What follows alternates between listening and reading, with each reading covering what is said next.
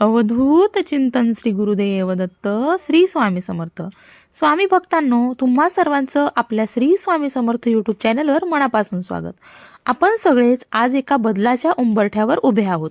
लवकरच नवीन इंग्रजी वर्ष सुरू होणार आहे. खरं तर आपलं मराठी नवीन वर्ष हे चैत्र शुक्ल प्रतिपदेला सुरू होत असतं. पण दैनंदिन व्यवहार, नोकरी, शिक्षण, आर्थिक नियोजन आणि सरकारी कामकाज हे सगळं आपण 1 जानेवारी नंतरच नवीन मानतो. म्हणूनच आपण कितीही मराठी परंपरा जपत असलो तरी इंग्रजी नवीन वर्षाला देखील आपल्या आयुष्यामध्ये एक वेगळं स्थान आहे. नवीन वर्ष म्हणजे फक्त तारीख बदलणं नाही, तर मनात एक आशा निर्माण होणं. मागचं वर्ष जसं गेलं तसं येणारं देखील जाऊ नये, हा एक शांत संकल्प मनामध्ये उमटवणं. नवीन वर्ष आणि आपले संकल्प. वर्ष बदलतं तेव्हा आपल्यापैकी जवळजवळ प्रत्येक जण मनामध्ये ठरवतो, यावर्षी तब्येतीकडे जास्त लक्ष द्यायचं, यावर्षी खर्च कमी करायचा, यावर्षी देवपूजा नीट करायची, यावर्षी नात्यांमध्ये गोडवा ठेवायचा. काही जण हे संकल्प लिहून ठेवतात, काही फक्त मनामध्ये ठरवतात. पण वर्षाची सुरुवात होताच आपल्या हातात जी पहिली गोष्ट येते ती म्हणजे नवीन कॅलेंडर. कॅलेंडर म्हणजे नेमकं काय आपल्याला वाटतं? कॅलेंडर म्हणजे फक्त तारीख, दिवस आणि महिने. पण खरं सांगायचं झालं तर भारतीय संस्कृतीमध्ये कॅलेंडर म्हणजे काळाचं नियोजन. आज कोणता वार आहे, आज कोणती तिथी आहे, आज राहू काळ कधी आहे, आजचा दिवस शुभ आहे की साधा आहे, हे सगळं आपण नकळत कॅलेंडर पाहूनच ठरवत असतो. लग्न, गृहप्रवेश, वाहन खरेदी, नवीन कामाची सुरुवात. आपण कितीही आधुनिक झालो असलो तरीही आज दिवस कसा आहे हा प्रश्न मनात नक्कीच येतो. धार्मिक आणि व्यावहारिक दोन्ही बाजू. आज अनेक प्रकारची कॅलेंडर हे मिळत असतात. कोणी कालनिर्णय वापरतं, कोणी महालक्ष्मी वापरतं, कोणी दिंडोरी प्रणीत कॅलेंडर वापरतं, कोणी साधं छापील कॅलेंडर वापरतं.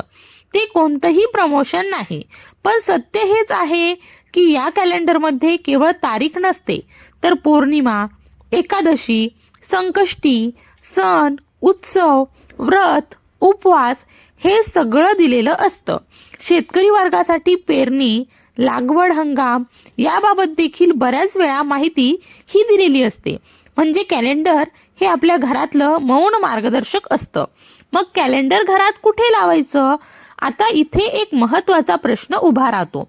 नवीन कॅलेंडर घेतल्यावर बहुतेक घरांमध्ये काय केलं जातं? दाराच्या मागे एक खिळा ठोकला जातो आणि तिथे हे कॅलेंडर लावलं जातं. दार उघडलं की समोरच कॅलेंडर दिसायला हवं असे अनेकांना वाटतं. पण वास्तुशास्त्रानुसार मुख्य दरवाजाच्या पाठीमागे कॅलेंडर लावणं हे योग्य नाही. कारण मुख्य दरवाजा ऊर्जा आत घेऊन येतो आणि दरवाजाच्या पाठीमागे लावलेलं कॅलेंडर त्या ऊर्जेचा प्रवाह अडवतो. बेडरूम, बाथरूम आणि कॅलेंडर. काही घरांमध्ये बेडरूमच्या दरवाजाच्या मागे कॅलेंडर असतं. काही ठिकाणी बाथरूमच्या भिंतींच्या पाठीमागे कॅलेंडर लावलेलं असतं. हे दोन्ही प्रकार वास्तूच्या दृष्टीने योग्य नाहीत. बेडरूम ही विश्रांतीची जागा आहे. तिथे काळ मोजणारी वस्तू सतत नजरेसमोर असणं मानसिक अस्वस्थता निर्माण करू शकतं. बाथरूम ही स्वच्छतेची जागा आहे, पण धार्मिक किंवा काळाशी संबंधित वस्तू तिथे असणं टाळावं. दिशा आणि कॅलेंडर. आता येतो तो सगळ्यात महत्त्वाचा भाग. कॅलेंडर कोणत्या दिशेला लावायचं? वास्तुशास्त्रानुसार कॅलेंडर किंवा घड्याळ हे काळ मोजतं, म्हणूनच त्याची दिशा खूप महत्त्वाची मानली जाते. दक्षिण दिशा ही यमाची दिशा मानली जाते. म्हणजे मृत्यूची भीती घालण्यासाठी नाही, पण काळाच्या शेवटाचं प्रतीक म्हणून. जर कॅलेंडर दक्षिण दिशेला असेल तर तो काळ मोजणारा घटक नकारात्मक प्रभाव टाकू शकतो असं देखील मानलं जातं. उत्तर दिशा. उत्तर दिशा ही प्रगतीची दिशा आहे. पण जर कॅलेंडर उत्तर दिशेला असेल तर ते पाहताना आपलं तोंड दक्षिणेकडे येतं. म्हणजे नकळत आपण काळाकडे, शेवटाकडे तोंड करून उभं राहतो. योग्य दिशा कोणती मग? म्हणूनच वास्तुशास्त्रामध्ये सांगितलं जातं की कॅलेंडर फक्त पूर्व किंवा पश्चिम दिशेलाच लावावं. पूर्व दिशेला कॅलेंडर असेल तर पाहताना आपलं तोंड पश्चिमेकडे येतं आणि पश्चिम दिशेला कॅलेंडर असेल तर पाहताना आपलं तोंड पूर्वेकडे येतं. पूर्व दिशा म्हणजे उगवता सूर्य, नवीन सुरुवात आणि सकारात्मक ऊर्जा. जागा नसेल तर काय? अनेक जण म्हणतात, ताई आमच्या घरात जागाच नाही. पण इथे दिशा महत्वाची आहे. भिंत नाही, पूर्व किंवा पश्चिम, जिथे मिळेल तिथे कॅलेंडर लावायचं आहे. हॉल असो, किचन असो, तुमच्या सोयीप्रमाणे, पण दिशा लक्षात ठेवायची आहे. आता येतो सगळ्यात संवेदनशील आणि महत्त्वाचा प्रश्न. जुन्या कॅलेंडरचं काय करायचं? दरवर्षी नवीन कॅलेंडर येतात. कधी 1, कधी 2, तर कधी 4-5 कॅलेंडर येतात. घरात जमा होत असतात. यामागे कारणं देखील तसंच असतं. कोणी भेट देतं, कोणी जाहिरात म्हणून देतं, कोणी देवस्थानाचं देतं. पण प्रश्न एकच उरतो, जुने कॅलेंडर योग्य पद्धतीने कसे काढायचे? कॅलेंडर म्हणजे कागद नाही, भावना आहे. आपण लक्षात घ्यायला हवं की बहुतेक कॅलेंडरवर देवदेवतांचे फोटो असतात.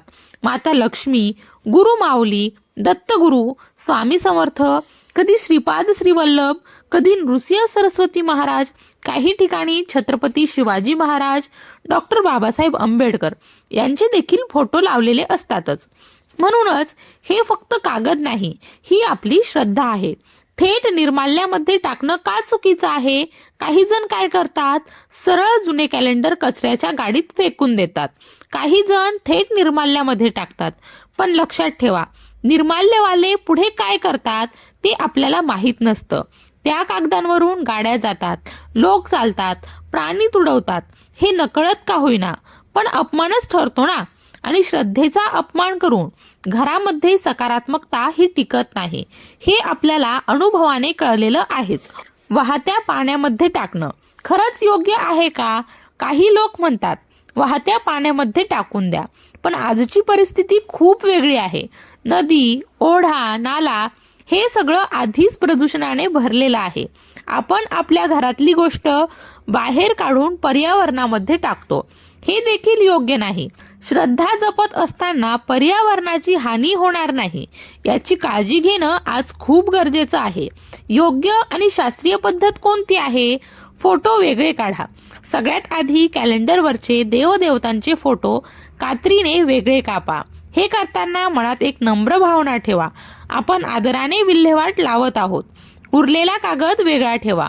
फोटो काढल्यानंतर उरलेला कागद साध्या कचऱ्यात घालायला हरकत नाही, कारण त्यावर आता कोणतीही श्रद्धेची प्रतिमा ही उरलेली नसते. फोटो विल्हेवाट 3 सुरक्षित मार्ग आहेत. पहिला मार्ग जमिनीमध्ये पुरवणं. तुमच्याकडे मोकळी जागा असेल तर छोटासा खड्डा करा. ते फोटो थोडे पाण्यात भिजवा, म्हणजे कागद मऊ होईल, आणि मग आदराने जमिनीमध्ये पुरून टाका. ही पद्धत सगळ्यात सुरक्षित आणि पवित्र मानली जाते. मार्ग दुसरा, निर्माल्य कुंडीत. काही घरांमध्ये फुलं, पत्री टाकण्यासाठी वेगळी कुंडी असते, तिथे हे फोटो तुम्ही ठेवू शकता. पण लक्षात ठेवा, ती कुंडी उघड्यावर नको आणि वाऱ्याने उडेल अशी देखील नको. मार्ग तिसरा, मंदिरात देताना काळजी घ्या. काही लोक मंदिराजवळ ठेवतात, पण मंदिराखाली, पायऱ्यांजवळ, रस्त्याच्या बाजूला ठेवणं टाळा, कारण तिथे वारा, पाणी, वाहन यामुळे अपमान होऊ शकतो. तर आता काय करायचं नाही हे लक्षात घ्या. डायरेक्ट कचऱ्याच्या पेटीमध्ये टाकायचं नाही. नदी, नाला, तलाव या ठिकाणी देखील टाकू नका. रस्त्याच्या बाजूला ठेवू नका. मंदिराखाली उघड्यावर देखील ठेवू नका. ही सगळी कामं माझ्या घरातून बाहेर गेलं एवढ्यापुरती असतात, पण त्याचे परिणाम मनावर आणि वातावरणावर होऊ शकतात. या ठिकाणी एक गोष्ट समजून घ्या, ही अंधश्रद्धा नाही, हे संस्कार आहेत.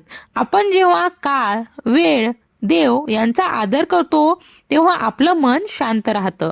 शांत मन योग्य निर्णय घेतं आणि योग्य निर्णय चांगलं आयुष्य घडवतं. नवीन वर्षासाठी एक छोटा संकल्प. नवीन वर्षामध्ये फक्त बाहेरचं घर नाही, तर आतलं घर स्वच्छ ठेवूया. जुने कॅलेंडर आदराने काढूया. नवीन कॅलेंडर योग्य दिशेला लावूया. कारण काळ आपला शत्रू नाही, तो आपला मार्गदर्शक आहे. तर मित्रांनो, आजची ही सेवा मी स्वामी समर्थांच्या चरणी अर्पण करते. आपल्या घरामध्ये सुख, शांती, समाधान नांदावं आणि येणारं वर्ष तुमच्यासाठी आनंदाचं ठरावं, हीच स्वामीचरणी प्रार्थना. व्हिडिओ जर आवडला असेल तर लाईक करा, आपल्या मित्रपरिवारापर्यंत शेअर करा आणि चॅनलला सबस्क्राईब करायला मात्र विसरू नका. पुन्हा भेटूया एका नवीन छान अशा विषयासोबत. तोपर्यंत भिवू नकोस, स्वामी सदैव पाठीशी आहेत.